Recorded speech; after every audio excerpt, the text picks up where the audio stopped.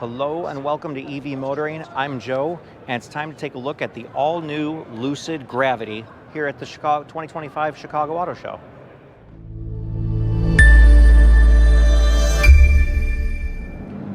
So the Lucid Gravity, starting at almost $80,000. This one pictured here, the Dream Edition, well higher than that, can go 450 miles of range. It does so with a 123 kilowatt hour battery, commingled with incredible efficiency. Very, very low coefficient of drag, 0.23. So that's allowing this car to get incredible efficiency down the road despite being an SUV. Almost more like a station wagon when you look at how low to the ground it is. But with a 123 kilowatt hour battery pack, obviously Lucid has showed us with the Air right over there, how far cars can go if styled with efficiency in mind. So charging happens right here behind door number 1, and because of the 926 volt architecture, you can recover 200 miles of range, of rated range I should say, in just 12 minutes. Now you have to find the right charger that can deliver that kind of power, but if you can, talk about being able to road trip. I mean, most times my stops, just getting out of the car, running to the bathroom, etc., take longer than 12 minutes. So point being, you're going to come back here with more than 200 miles more range added to your car and be able to head down the road to the next charging stop. So this is a prototype edition. I want to point that out as some things are a little bit unfinished. There's going to be a lot of B-roll I'm throwing through here because it was kind of difficult on getting the timing to be able to walk around this vehicle. It's been a very hot item. Lots of people have wanted to take a look at it. But here in the Frunk, we actually have this really cool magnets to the front of the car, so you can actually sit here and have a seat. Well, with your cup holder, a whole new idea of front gating instead of tailgating.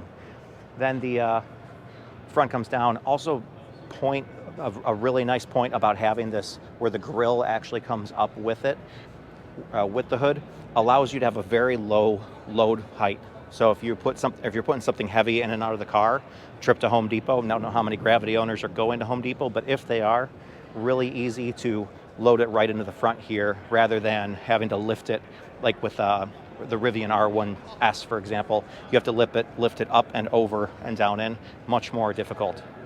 So again, very, very sleek styling right here down the side. Again, almost has more of that station wagon look than traditional SUV, but has a very good driving position, as you'll see when I do hop in, and is just stretched just long enough that all 3 rows have very good legroom, considering, again, not being that overly large of a car. We're very excited to see more trim levels come out. Obviously, this is the Dream Edition, fully maxed out. Looking forward to the Grand Touring spec coming out. That's usually going to be a long-range battery with a little bit of features taken away just to help keep the cost a little bit lower. Coming around to the back, we see that the seats actually fold down into the floor here. Kind of really cool, almost minivan-like. I mean, I guess not even minivan-like, just like a minivan, which is a very convenient to get that flat load floor in here. And with the seat over here that I have on the passenger side, you can see how easy it is for me to get into the back of the car. And then there's these little storage pockets here on each side, very usable for trying to keep too much stuff from moving around as you're deploying all 800 horsepower. So I won't show you me crawling in. However, you can see there's actually a pretty easy pathway to get to the back seat when this seat is moved forward, and it actually has different levels of where you can ratchet it for recline. So you can move it forward if you need a little more legroom for that 3rd row, or push it all the way back to give maximized comfort to the 2nd row. Now let's go take a look at that 2nd row from the other side. Right here with the driver's seat pretty far back in its tracks, which is how kind of where I like to sit. I still actually, because of the cupping of the way the seat is, still have room to sit here with my legs kind of on both sides of the seat. Lots of room to tuck my feet underneath. We have this very cool TV tray, which I'll show you how that works right there.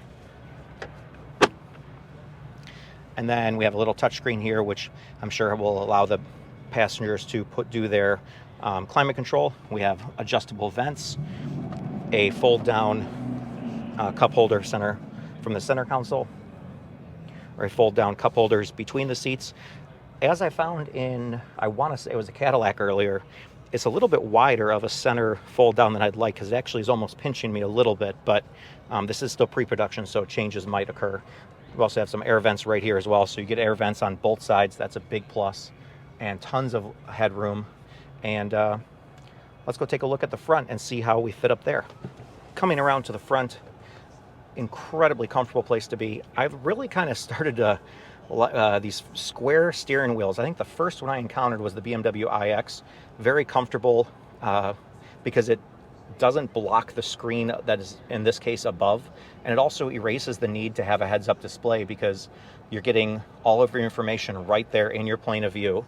You have a bunch of information related to the car. So that's the performance, the climate control, the seats, charging, all of that's in this screen. You have your maps nicely set up right here, and it's doing a little bit of a display on how the autonomous driving works and how it shows, basically very similar to Tesla, how it displays a motorcycle going by or a truck coming by. I like that they show the battery in percentage. That's actually a weirdly important feature. Change between all these different settings in here.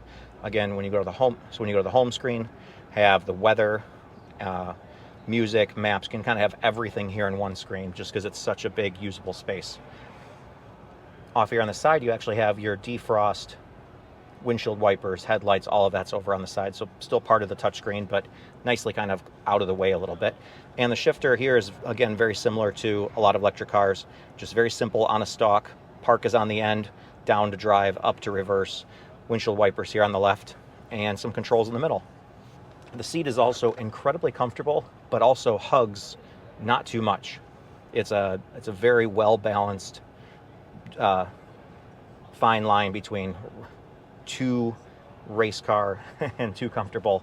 This kind of really, I can tell that I would get held in if we were taking a turn a little bit fast, and it also is very comfortable for a long journey. So with that, that's a wrap of the quick walk around of the Lucid Gravity. Be sure to let me know down in the comments, what do you think of this? Is this your favorite electric luxury 3-row SUV? Or is it one of the other ones that's available? The Rivian R1S, Cadillac Vistic just came out.